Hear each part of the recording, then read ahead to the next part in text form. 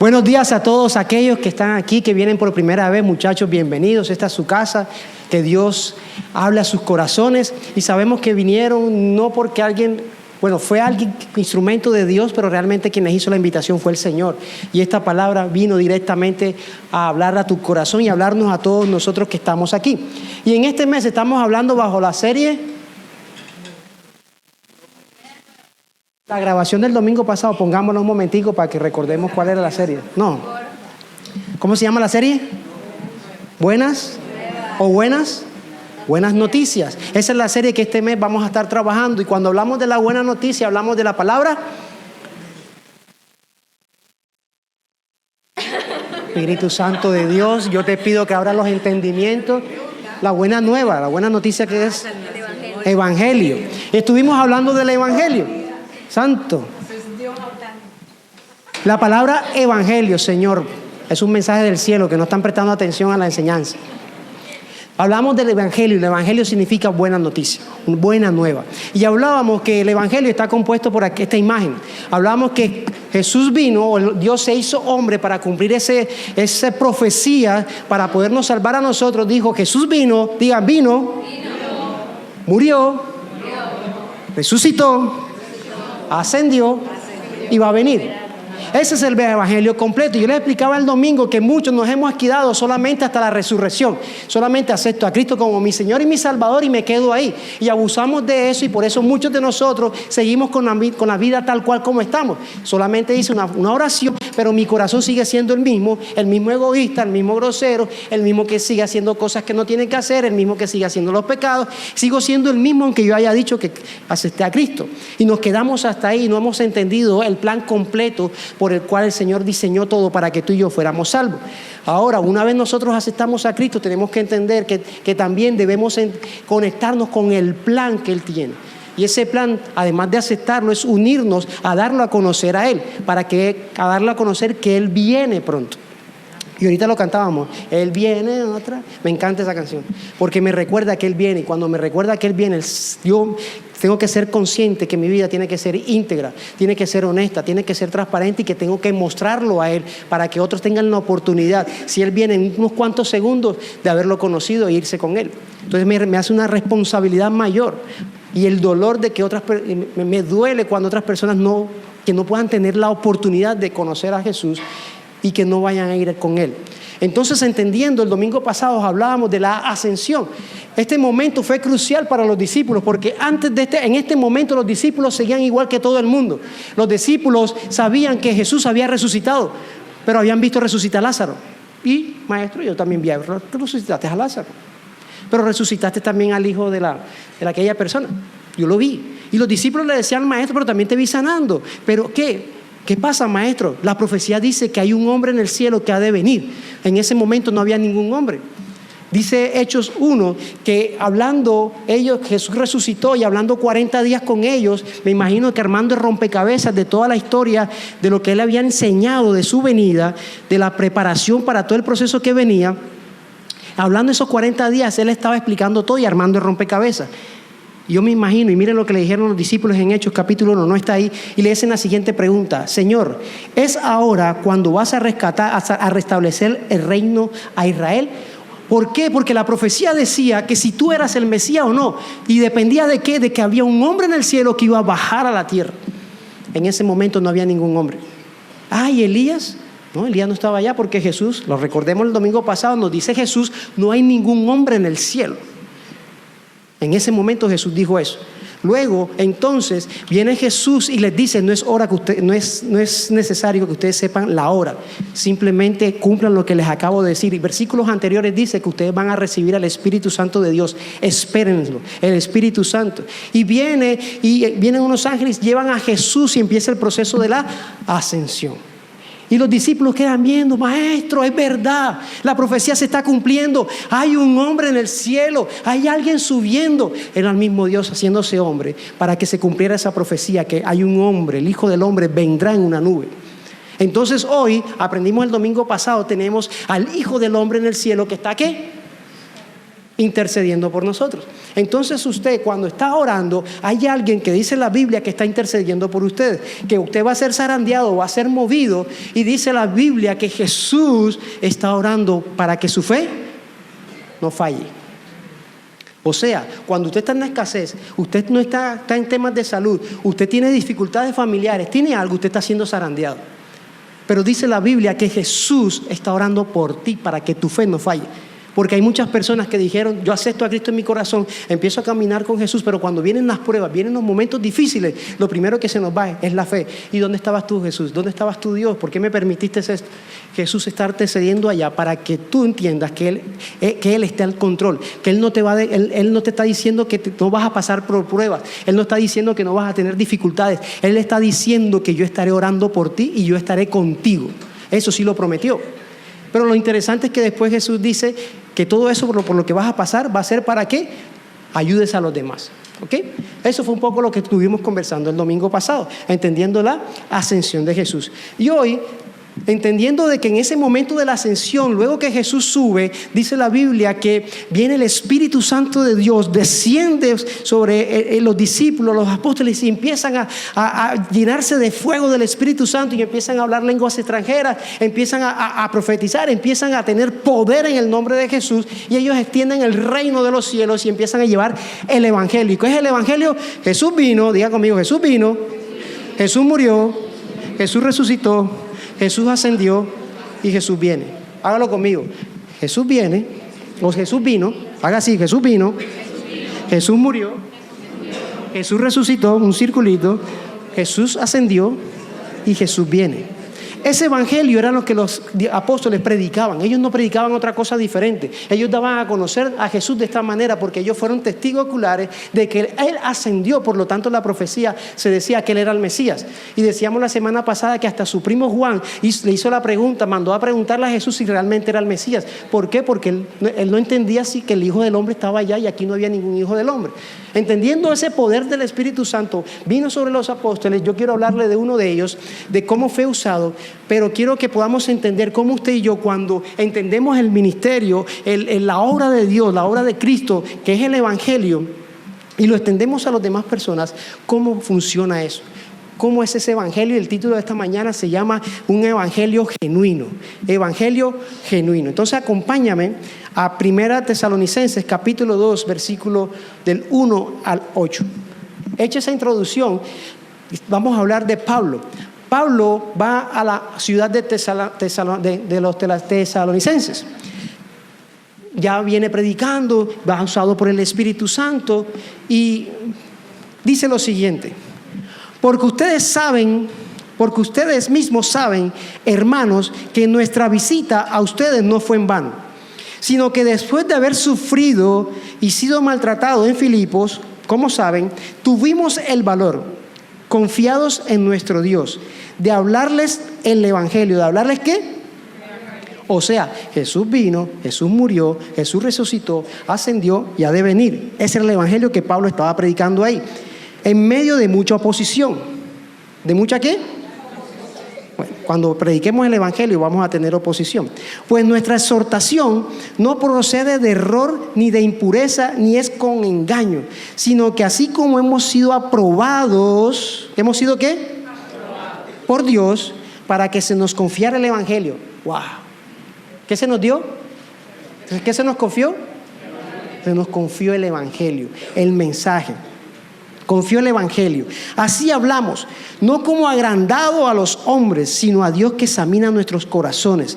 Porque como saben, nunca fuimos a ustedes con palabras lisonjeras, o sea, halagos falsos, mentirosos, ni con pretextos para sacar provecho. Dios es testigo. Tampoco buscamos gloria de los hombres, ni de ustedes, ni de otros, aunque como apóstoles de Cristo hubiéramos podido imponer nuestra autoridad.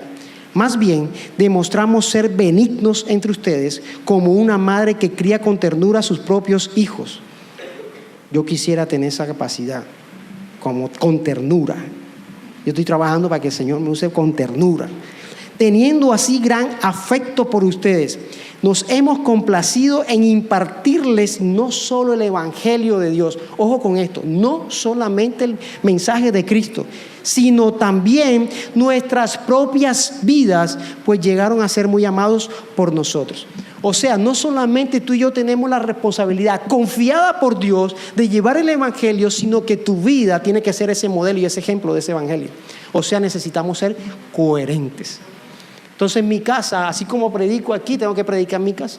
Coherencia, el Evangelio y llevarlo.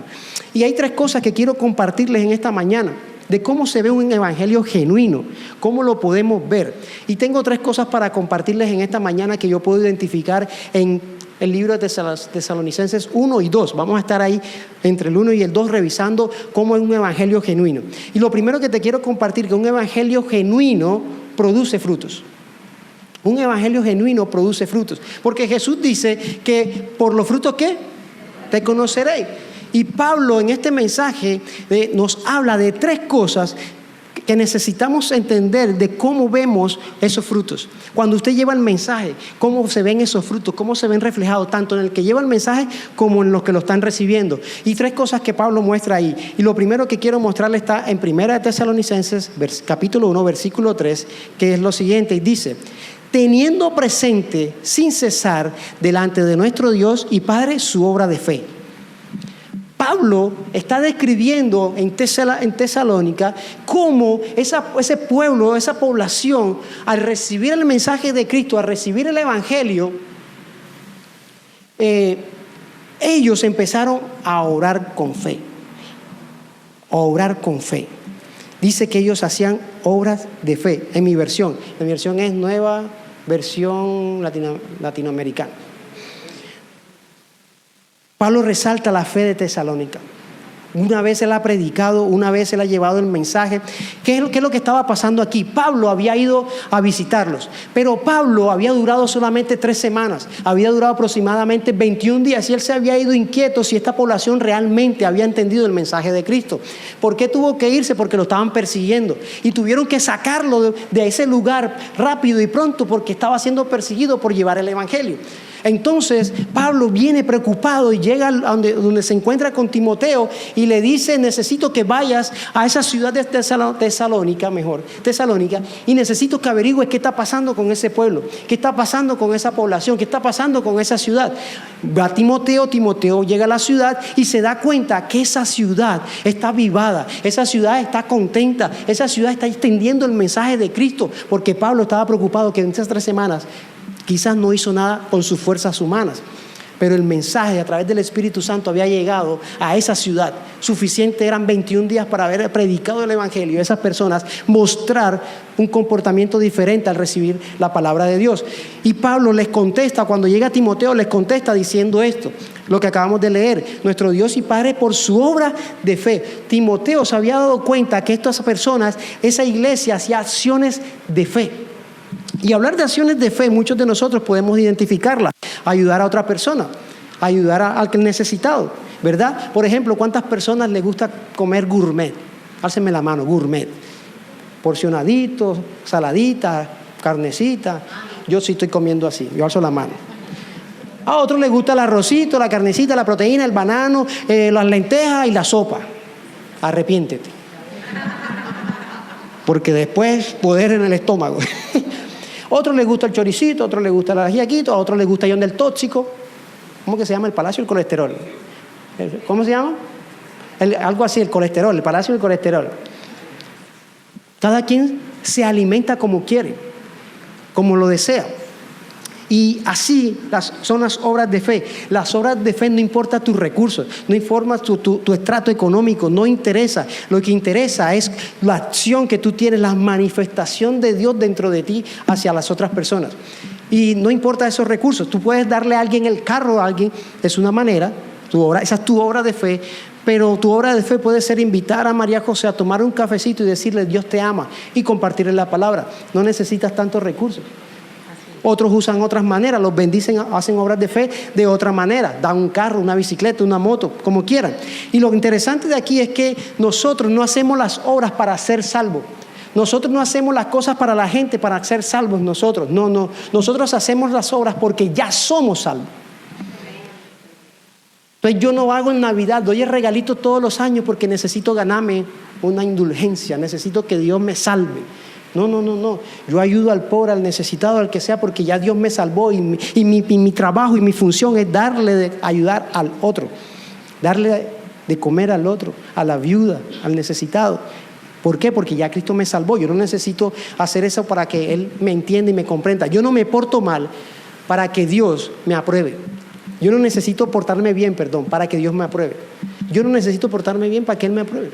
Ya yo me porto bien simplemente porque ya Él murió por mí, se entregó tu vida por mí, y por esa simple razón, por ese amor a Cristo, yo me porto bien y está dentro de mí. Simplemente por eso. No para que Él me vea, no. Es porque ya Él está en mí y yo necesito mostrarlo a Él a otras personas. En una ocasión había una persona que estaba con un grupo de jóvenes. Le quería mostrar cómo llevar el mensaje de Jesús a esos jóvenes y se fueron para un parque. En ese parque el hombre le dice a los jóvenes: vas a ver cómo se predica, vas a ver cómo se muestra a Jesús. Ese hombre empieza a predicar y resulta que se encuentra con un mendigo. En ese momento se acerca al mendigo, se pone a su nivel y le dice: Cristo te ama. Viene el mendigo y le dice: pues fregate, que Cristo me ama. Y el hombre le dice con seguridad: Cristo te ama. Y el mendigo dice: que va, Cristo no me ama. Y él insistiendo tanto al mendigo de que Cristo te ama, Cristo te ama, Cristo te ama, el mendigo cede. Y el mendigo dice: bueno, listo, tú dices que Cristo me ama, perfecto. ¿Tú almorzaste? El hombre le dice: no. Viene el mendigo y busca un desechable que tenía con sopa. Lo saca una cucharita y le dice: toma. El hombre que está predicando el evangelio lo coge, toma la cucharita y empieza a comer. Y mire lo que dice el mendigo: ahora sí creo que Cristo me ama, porque tú me amaste a mí. ¡Wow! ¿Cuántos están aquí dispuestos a recibirle un poquito de sopa a un mendigo? Porque el evangelio no se trata solamente de hablar, se trata también de hechos. Y este hombre conoció el amor de Cristo simplemente con un acto de amor. No solamente fue suficiente: Cristo te ama, Cristo te ama. Y muchos de los que estamos aquí, Cristo te ama, pero lo que menos amamos es a las personas. Obras de fe. Tesalonicenses hablaban de Cristo, mostraban a Cristo con sus comportamientos, con sus actitudes, con todo. Y eso es lo que el evangelio tiene que hacer en ti y en mí. Y yo oro para que Más Vida sea un lugar donde haya obras de fe genuinas, no obligadas, no forzadas, simplemente que fluyan porque Dios ha sido bueno con nosotros. Amén. Una fe que no se queda en palabras, sino que se manifiesta en acciones. Se manifiesta en acciones. Número 2, en este momento, en ese evangelio que da frutos, dice en ese mismo versículo, dice: teniendo presente sin cesar delante de nuestro Dios y Padre su obra de fe, su trabajo de amor. Otra característica que este pueblo tenía: su trabajo de amor. Lo hacen por amor. Cuando hablamos de amor, hay un ejemplo que creo que es imposible no hacer. En muchos casos de algunos de nosotros, cuando llegábamos a casa, esperábamos el almuerzo de mamá. ¿Cuántos decían que era delicioso, mamá? Lindo, te luciste. Y si era el preferido, ¿cuánto? Hácenme la mano. ¿Cuántos decían, wow? Y los de la suegra. También, porque hay que mencionar las dos. Hay que mencionar las dos porque hoy hay arroz de coco, pescadito, y todavía tengo que portarme juicioso. ¡Wow, mami! ¡Delicioso! ¿Y las mamás qué dicen? ¿Por qué lo hacían? Por amor. En algunas porque le toca. Pero en otras, por amor. Por amor. ¿Qué hacía de diferente? ¿Cuál era el ingrediente diferente de tu mamá con el de la tía, con el de la vecina, con quien les ayudaba en la casa? El sazón del amor. Y eso tú y yo lo tenemos que entender. Ese sazón lo tenemos que entender. Lo que hagamos para Cristo tiene que meterle el sazón del amor. Meterle la sazón del amor. Porque una cosa es trabajar con conveniencia y otra cosa es trabajar con amor. Usted entiende y sabe cuándo una persona lo trabaja con amor. ¿Sabe cuándo? Cuando hace las cosas por excelencia. Usted no tiene que decirle, quita, pon, así no me gustó, que así tienes que hacerlo. El que traiga puntual, el que traiga tiempo, eso es que está amando lo que hace. Se llama excelencia. Y si es para Cristo, más. Entonces la reunión de la ADN es a las 9:30, pero yo llego a las 10. ¿Estás amando?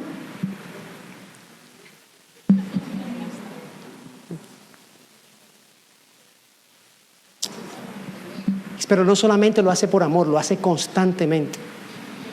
Entonces hoy sí, mañana no. No, lo hace si estoy un día malo, si lo hago un día bueno, si tengo los recursos, si no tengo los recursos, si voy a almorzar, si no voy a almorzar. Siempre lo hace con amor y constantemente, constante. ¿Conoce alguna persona de esas? Yo conozco muchas.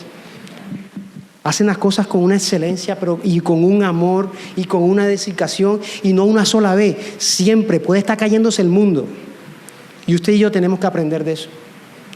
Porque en lo que tú haces estás mostrando el Evangelio. Y este pueblo, esta ciudad mostraba el Evangelio con sus actitudes, con sus acciones. Uno a través de la obra de fe, otro a través del trabajo de amor, mostrándole amor a través de lo que hacían, de lo que desarrollaban. Y muchas veces usted y yo miramos y servimos a otros dependiendo quién sea. Es que esta me está mirando feo. No, esta no le voy a servir. Es que por allá, no, allá tampoco. Y entonces selecciono a quién sirvo y a quién no. No, Jesús no nos mandó, Jesús nos mandó a servir a todo el mundo. Él vino a servir, no a que le sirvieran. Y muchas veces nosotros, nuestra actitud no es la correcta. No es la correcta. Trabajos de amor, wow. Lo que hacemos para Dios no debe ser una carga, sino un acto de amor. Cuando se convierte en una carga, es que me toca ir temprano a servir, es que me toca levantarme, es que me toca llegar temprano, es que me toca, no es un acto de amor. Si es para Dios, no. Estás en una rutina. Entonces revisa tu corazón cómo está con Dios, cómo está tu intimidad con Dios, porque eso es una carga, no es amor. Un acto de amor, tú no tienes esa queja. Yo llego temprano a mi servicio, yo llego a la alabanza, en la alabanza me va a hablar Dios, en el anuncio me va a hablar Dios, en el diezmo me va a hablar Dios, en la reunión que me toca llegar, voy a llegar temprano. En todo el acto de amor, en todo lo que hacemos, muestro la excelencia, muestro la constancia del amor de Dios. Y este pueblo, Pablo le está diciendo, trabajan con amor. Número 3. Dice Pablo, ahí mismo en ese texto dice, por su obra de fe, su trabajo de amor y la firmeza de su esperanza en nuestro Señor Jesucristo. La semana pasada explicábamos ese significado de Señor Jesucristo, ¿se acuerdan? No. Jesús significa que Él vino, el Señor que está y Cristo que ha de venir. Cuando los discípulos, miren que aquí da un ejemplo claro de Pablo cuando hablaba, estaba diciéndole a la gente el cuadrito que vimos al principio. Cuando dice en nuestro Señor Jesucristo, está hablando de que Jesús vino, de que Señor que está reinando allá en el cielo y Cristo que ha de venir. Está hablando del Evangelio.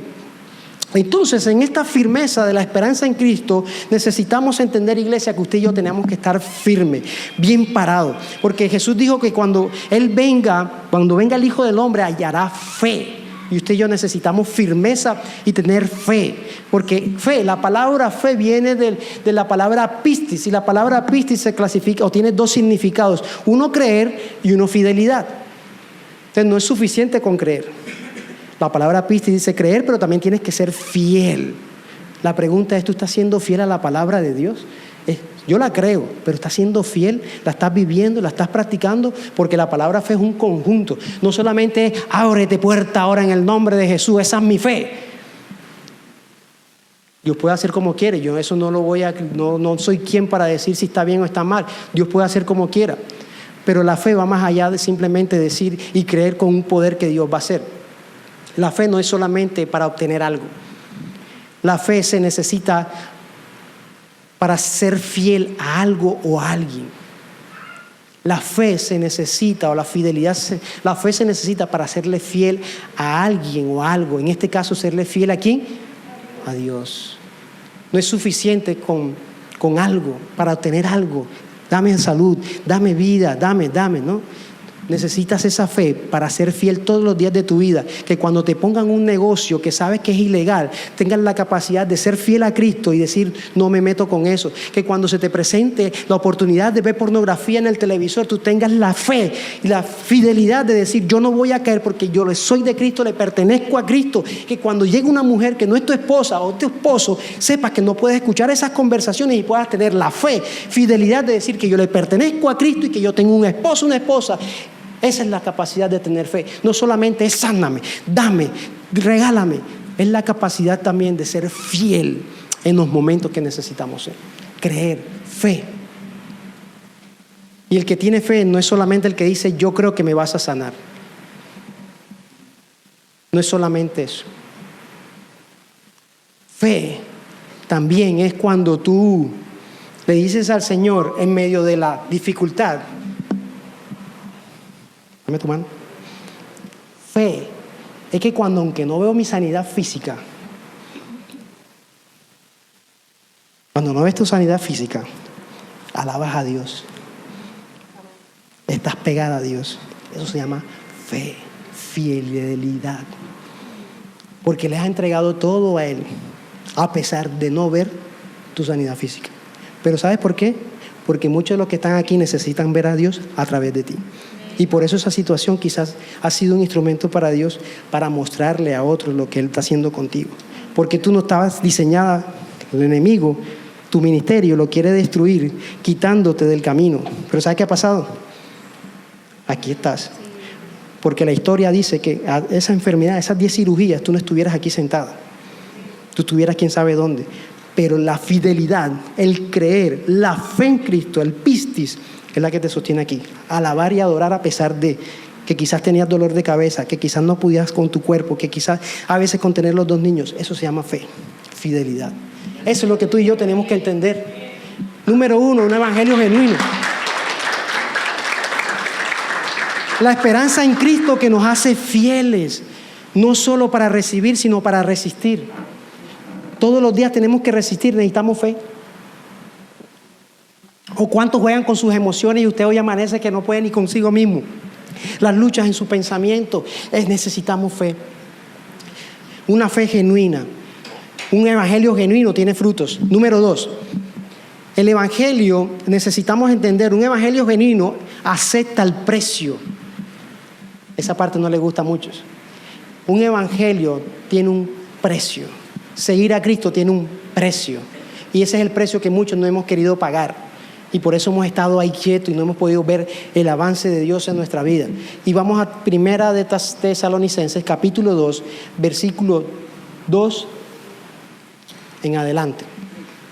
Dice, sino que después de haber sufrido, ¿después de haber qué? Sufrido. Dolió, ¿no? Tuvo que haber dolido. Y después dice, ¿sido qué? Maltratado. Predicar el evangelio tiene un precio. Y ese es el precio que muchos no queremos. Ay, es que yo vivo en una casa linda, con aire acondicionado, pero que si me meto con Cristo y si me pide todo así como se lo pidió al joven rico, yo no creo que se lo dé. Entonces yo mejor sigo, voy los domingos y no me comprometo con Dios. El evangelio genuino, honesto, que ha recibido a Cristo, entiende que esto tiene un precio, que hay que pagar. Pablo, dice la Biblia en ese texto que leímos, que era un hombre aprobado. Era un hombre aprobado en ese texto que decimos. Y un hombre aprobado no garantiza que no sea aprobado. ¿Sí me entendieron el trabalengua? Se lo repito. Pablo era un hombre aprobado por Dios para llevar el evangelio. Pero el hecho que sea aprobado por Dios para llevar el evangelio no significaba que no iba a ser probado. Y él es un gran ejemplo de lo que es ser aprobado y ser probado todo el tiempo. Porque recuerden que cuando por allá en Corintios decía, Señor, quítame este aguijón. Señor, quita. ¿Cuántas veces le estaba pidiendo a Dios que le quitara el aguijón? ¿Quién sabe?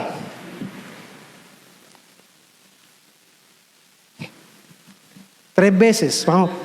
3 veces le decía al Señor, quítamelo, quítamelo, quítamelo. ¿Qué le dijo el Señor? Bástate en mi gracia. Un hombre aprobado por Dios, siendo probado y rogándole a Dios que lo sanara, que le quitara eso. Y el Señor decía, bástate en mi gracia. Bástate mi gracia. Tiene un precio, pero vale la pena, que es la eternidad. Vale la pena, que es mi corona. Por eso es que Pablo dice, esta es una carrera. Y esta semana con mi esposa analizábamos la carrera y entendimos que Pablo tenía que prepararse tanto mentalmente como espiritualmente como físicamente. Porque él sabía que cuando iba a ser preso iba a ser castigado, iba a ser maltratado. Y si él no estaba en las condiciones físicas adecuadas, ese hombre no aguanta. Es mi conclusión con mi esposa. No sé si es así, pero yo me lo imagino. Y por eso mi esposa y yo estamos trabajando en nuestro físico, porque no sabemos cuando venga esta tribulación, venga todo eso, cómo va a ser usted y yo el precio que vamos a tener que pagar cuando nos toque hablar del Evangelio y nos tengan que castigar. ¿Cuántos están listos para cuando alguien tumbe esa puerta con metralleta y todo y diga quiénes son los que creen en Cristo? ¿Cuántos van a alzar la mano y cuántos van a salir corriendo? Para eso nos estamos entrenando. Para eso estamos hablando de esto. No me mira así, dígale al Señor, Señor, entréname tú, porque Pablo siendo aprobado fue probado. Y sabes, muchas veces vemos la prueba para un proceso como para ver si Dios me aprueba. Y yo entiendo ahí, de acuerdo a esto, que Pablo, que usted y yo tenemos que mirar la prueba, no como para ver si Él me aprueba como siervo de Él, sino como yo soy siervo de Él, soy aprobado por Él, voy a pasar por una prueba. Y esa prueba es la que me va a llevar al siguiente nivel de fe, a ese nivel de confianza, a ese nivel donde Él me quiere llevar en medio de esa prueba. ¿Pero por qué? Porque fuiste aprobada, amiga. Eres aprobada. Por eso tu prueba. Eres una aprobada por Dios. Por lo tanto vas a tener pruebas. Por eso es que Santiago dice, gócense cuando tengan pruebas. ¿Qué? ¿Cómo que me voy a gozar? Si mañana no sé ni voy a almorzar, si tengo para ir para el trabajo, no sé si voy a pagar el arriendo, ¿cómo tú me vas a decir que me goce en medio de la prueba? Santiago no está ahí, gózate. Gózate porque ahí está el poder de Dios. Porque cuando se te quitan tus fuerzas humanas, cuando se te quitan todas tus capacidades humanas, es cuando empieza a orar Él. Por eso Él dice, gózate. Porque ya no puedes tú con tus fuerzas, pero ahora viene Dios a hacerlo con sus fuerzas. Amén. Las fuerzas para soportar las pruebas se las dio Dios a través del Espíritu Santo a Pablo. Y ese poder que le dio a través del Espíritu Santo no fue para quitar el sufrimiento, no fue para quitar el dolor, no fue para eso.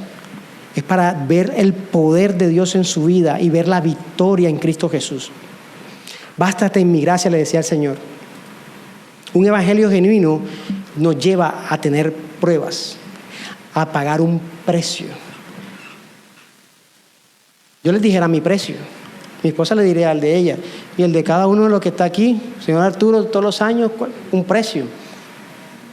Hay que pagar un precio, iglesia. Y si es por Cristo, vale la pena. Y si es por su salvación, por su familia, para que cuando Él venga, hágalo. ¿Cuántos están siendo probados en este tiempo? Háceme su mano. Te felicito.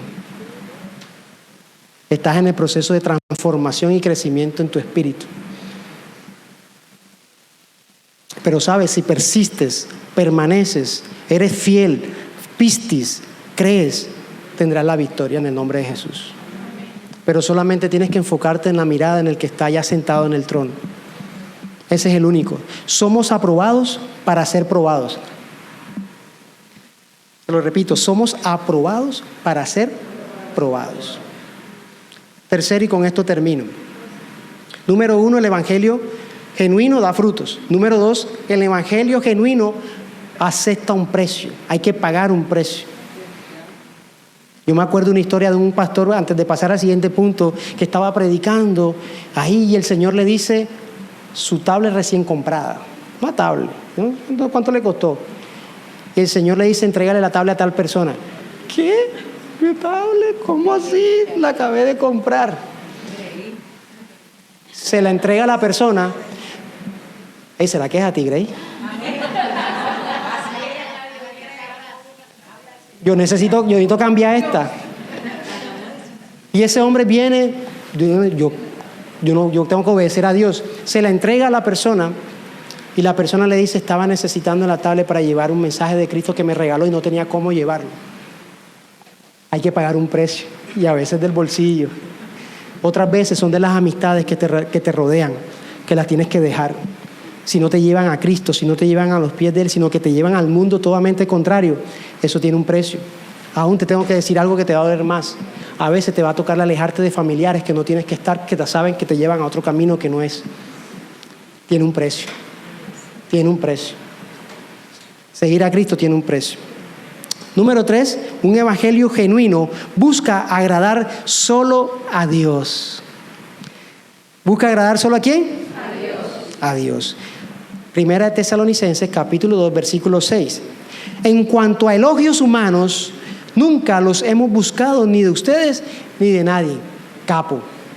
Pablo era un capo. Porque no vivía de elogios. ¿Sabe qué significa la palabra elogio? Significa gloria, significa reputación. Yo me acuerdo cuando trabajaba en la parte de talento humano, hacían una convención anual del área de talento humano que yo estaba. Venían de otros países y nos reunían. Y estábamos, es una semana completa y estábamos en el lugar. Y ese día correspondía al tema de bienestar laboral. Entonces en bienestar laboral esa vez se crearon un premio, no sabíamos, ahí fue lo que lo expresaron, necesitamos que revisen qué cosas novedosas han hecho en sus hoteles, tal, lo expliquen, lo expongan, lo sustenten y sacaremos un ganador. Obviamente nosotros acá en el hotel habíamos hecho cosas diferentes, la expongo delante de mis compañeros dicen, no, ya tú ganaste, no, ya con eso, y pasaron todos, no, ya tú ganaste. Cuando vienen al final, van a entregar el premio, ¿adivine qué pasó?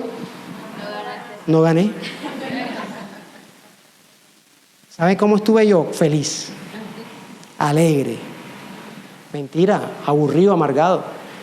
Para la costa nunca miran, siempre miran para el mismo lado, en la rosca. Y vine aquí a la ciudad, hablé con mi jefe y mi jefe también dándome cuerda. No, y eso que no vamos a mandar más nada, y no vamos a hacer nada, y no vamos a hacer nada. ¿Sabe qué estaba pasando ahí? Querer agradar a los demás. Querer un reconocimiento por lo que se hace. Buscar que la gente me pueda conocer, una fama, yo no sé. Me voy para mi oficina, me siento ahí, yo no sé ni en los cuántos días el Señor habla, gracias Señor porque ayudas a eso. Habla mi corazón, bajo donde mi jefe y le digo, ¿sabe qué? Un premio no significa nada, pero que la gente esté bien significa más. Un reconocimiento público no es más importante que saber que la gente está bien. Y cambiamos el chip y empezamos a hacer cosas y no pasó nada. Pero sabes, cuando entendemos que no hacemos las cosas para buscar un reconocimiento, cuando hacemos las cosas simplemente para agradar a Dios, porque yo sabía que lo que estaba haciendo en lo secular, en mi área que yo trabajaba, era para bendecir a otros, no era para mí, era para otros. Y a veces, las situaciones nos hacen que nos avergoncemos, porque tenemos motivaciones incorrectas y es necesario ver cuáles son las motivaciones incorrectas que tenemos en nuestro corazón. Es que cuando lo hiciste de la mejor manera, cuando lo hiciste bien, es cuando menos te saludan. Dios está trabajando contigo. Es que mi jefe nunca dice nada bueno. Permíteme decirte que están trabajando contigo. Estás siendo trabajado en tu orgullo, en tu ego. ¿Por qué? Porque estás buscando querer ser exaltado tú y no entregárselo a Dios y dejar que Dios sea el exaltado. Tu ego. Y muchos de nosotros aparentamos vernos correctos, ¿no?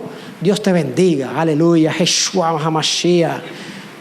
Pero por dentro no obedeces a Dios, no obedeces a tus autoridades, no obedeces a nada, no cumples los principios, vive la vida como tú quieres. El Señor solamente es un pedacito de tu vida, no es el todo, pero eres Yeshua HaMashiach, Dios te bendiga, aleluya. Aparentamos. ¿Pero para qué? Para que te digan, wow, qué aleluyongo, el más evangélico, wow, qué pastorazo, uy, qué liderazo. Y no somos coherentes en buscar agradar a Dios. Pablo le dice a Tesalonicenses, nosotros no buscamos que nos agradarles a ustedes. Nosotros vinimos a hacer lo que teníamos que hacer para que Él sea exaltado. Y usted y yo tenemos que trabajar para eso. Vivir agradado a Dios, agradar al Señor. Porque hay mucha gente que está agradando más a su esposa, está agradando más a sus hijos, está agradando más a su pareja, está agradando más a su trabajo, a su jefe, aún a gente que no es de su casa. Agrada a otros, menos al Señor. Tenemos que cambiar eso, quitar el centro del Evangelio y poner a Cristo como el centro del Evangelio. Cuando ponemos al centro a Cristo en el Evangelio, usted y yo no dependemos de si alguien me dice si lo hiciste bien, si lo hiciste mal. Yo dependo solamente de lo que dice Cristo y más, punto, no pasa nada. Tú eres mi hijo amado, ya, gracias papá.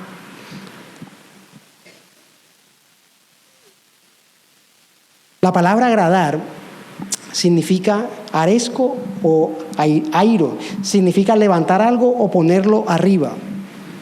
O sea, agradar es buscar poner algo o alguien por encima de algo. Entonces pongo mi dinero por encima de todo, pongo mi casa por encima de todo, pongo a mis hijos por encima de todo, pongo a todo por encima de todo. Eso es agradar. Y tú y yo necesitamos que a quien necesitamos agradar es a Cristo. Entonces, cuando yo agrado a Cristo, entonces ya lo demás baja. Entonces ya el dinero baja, la fama baja, ya yo bajo, no se trata de mí, se trata de los demás. Y ya todo está por debajo, pero el único que va a estar por encima, agradado, se llama Cristo. Cuando vivimos para agradar a Dios, vivimos en descanso. Cuando usted agrada a Dios, usted duerme tranquilo. Si usted sabe que lo está haciendo con la guía y dirección de Dios. Vives en reposo. Porque vives agradando a Dios y no a la gente. Cuando tú vives agradando a la gente, casi no duermes. Anda, no me ha llamado para decirme si lo hice bien, si lo hice mal. Anda, ¿qué esto? Ay, ¿qué tal que el man esté con una diarrea y por eso no te haya escrito? Pero como estamos pendientes a ver si le agradamos o no le agradamos, si lo convencimos o no lo convencí, si la propuesta le gustó o no le gustó, si me va a llamar o no me va a llamar, andamos con una preocupación y una angustia en creer agradar al otro. Pero si tú estás agradando a Dios, gracias Señor por tu respuesta. Si tú le agradas a Dios, vives en descanso. Ah, que va a llover, tengo el carro allá afuera. Descansa. Descansa. Ay, que me voy a mojar y tengo hambre. Descansa. Deja que Cristo, agrádale a Cristo, sentado aquí escuchando su palabra y mirando cómo vas a cambiar, cómo vas a ser transformado, cómo vas a ser cambiado. No te preocupes, hay paraguas para que no te vayas a mojar. Es más, el Señor te está guardando, no salí ahora por si acaso el arroyo de la 85 se viene por ahí. Vives en reposo, vives tranquilo. En cambio, cuando vives agradando al otro, andas enojado, andas molesto, andas fastidiado. Miren, con esto termino. 1 Tesalonicenses, capítulo 2, versículo 10. Mira lo que le dice Pablo a este pueblo. Me encanta. Dice, ustedes mismos son nuestros testigos. ¡Wow! ¿Ustedes mismos son qué? Al igual que Dios, de que fuimos consagrados, sinceros, intachables con ustedes, los creyentes. Cuando tú llevas el mensaje de Cristo en ti, lo portas dentro de ti y se lo das a otro, tú tienes que mostrar un evangelio que esté consagrado, que seas sincero y seas intachable. Por eso Pablo dice que fuimos escogidos para llevar el mensaje. ¿Por qué? Porque tú puedes ser intachable, tú puedes ser sincero, tú puedes ser honesto y puedes vivir una vida de santidad de la mano de Dios. ¿Para qué? Para llevar ese mensaje del Señor. Le dice, la evidencia que vivimos agradando a Dios es que fuimos sinceros, fuimos intachables en todo lo que hicimos durante los 20 días que tuvimos ahí. Y hoy el Señor nos hace un llamado a volver a la esencia de que Él es el centro, en lo genuino del Evangelio de Cristo, que podamos amar a los demás, que podamos tener obras de fe, que podamos persistir en el Evangelio, que podamos agradarlo a Él. Porque si tú lo creíste y tú crees en ese plan de salvación que desarrolló el Señor para que tú y yo pudiéramos irnos con Él, de que Él vino, de que Él murió, de que Él resucitó, de que Él subió y que ha de venir, tu vida tiene que estar mostrando y tiene que estar reflejando algo de ese evangelio que estábamos hablando. Y este pueblo lo estaba mostrando, este pueblo nos está dando una guía de cómo tú y yo se vive y se goza y se muestra a Cristo, al evangelio. Yo no sé si cómo está tu corazón y tu vida con relación a ese evangelio. Pero yo solamente te invito a que busques, a que el centro sea Cristo. Y busques su aprobación. Que lo busques a Él. Porque hemos estado desenfocados por la vida, queriendo solucionar las cosas a nuestra manera.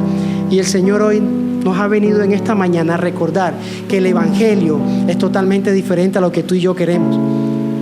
El evangelio tiene un precio. Tiene un precio.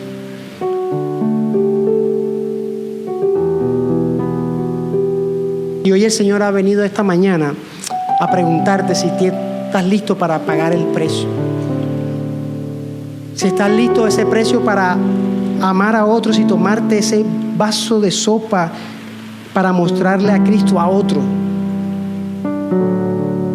Si estás dispuesto a amar al otro con tus acciones, con excelencia, a servirle a Dios con excelencia, si estás dispuesto a permanecer firme, fiel, con fe, y sobre todo estás dispuesto a agradarle a Él. Cierra tus ojos ahí donde estás.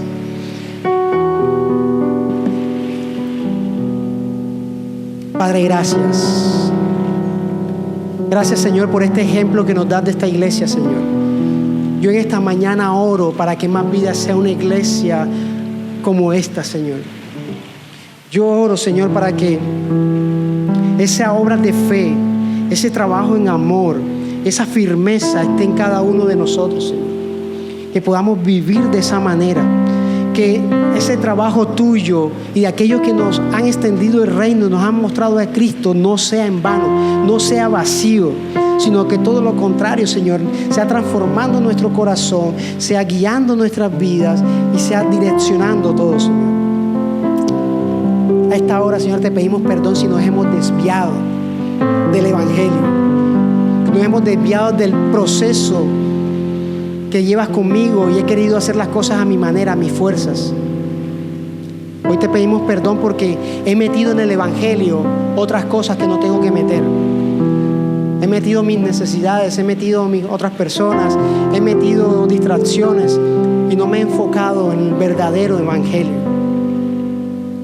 Ayúdanos, Señor, en esta mañana a tener un Evangelio genuino, Señor, a mostrar un Evangelio genuino, un Evangelio real, un Evangelio puro, Señor. Padre, que podamos mantener nuestras lámparas encendidas. Padre, porque hemos entendido en Más Vida que tú nos estás preparando para tu venida, Señor. Tú nos estás preparando para ese momento, Señor. Y lo estás haciendo con esta serie de buenas noticias. La buena nueva es una preparación porque ya Cristo viene. Y tú y yo tenemos que estar preparados. Tenemos que estar listos porque solamente lo sabe el Padre el día y la hora. Y si el Padre es el único que sabe el día y la hora, tú y yo tenemos que vivir cada segundo como si fuera el momento que Cristo va a venir. Y por lo tanto mi vida tiene que trabajar y ver reflejada a Cristo. Y yo te pido, Padre, que nos des la oportunidad, Señor, que nos des la oportunidad de poder predicarle a otro de ese Evangelio, Señor. Que le des la oportunidad, Señor, de que te pueda conocer, Señor, antes que tú vengas, Señor. Que no nos quedemos con esta boca llena, con nuestra barriga llena de ti y llenándonos nosotros de ti, llenándonos y sabiendo que hay personas que se van a perder, personas que no van a tener la oportunidad de irse contigo y vamos a tener la oportunidad de hablarle de ti. Y sabes, Señor, lo que más me dolería, que serían mi familia.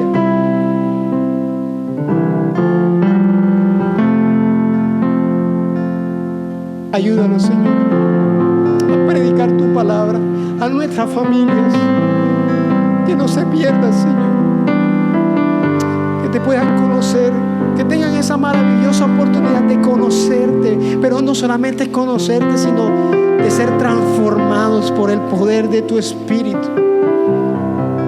Que Más Vida entienda eso, Señor, que no solamente estamos para reunirnos domingo a domingo, sino que estamos para ir a extender tu reino y que otros tengan la oportunidad de conocerte antes que tú vengas. Que entendamos que ese es el Evangelio que necesitamos predicar, que tú viniste, que tú muriste en una cruz, que tú resucitaste, que tú ascendiste y que pronto vendrás. Vamos, colócate sobre tus pies. Vamos a adorar al Señor esta mañana. Por lo tanto, aprovechemos y adoremos al Señor. Levanta tus manos ahí donde estás.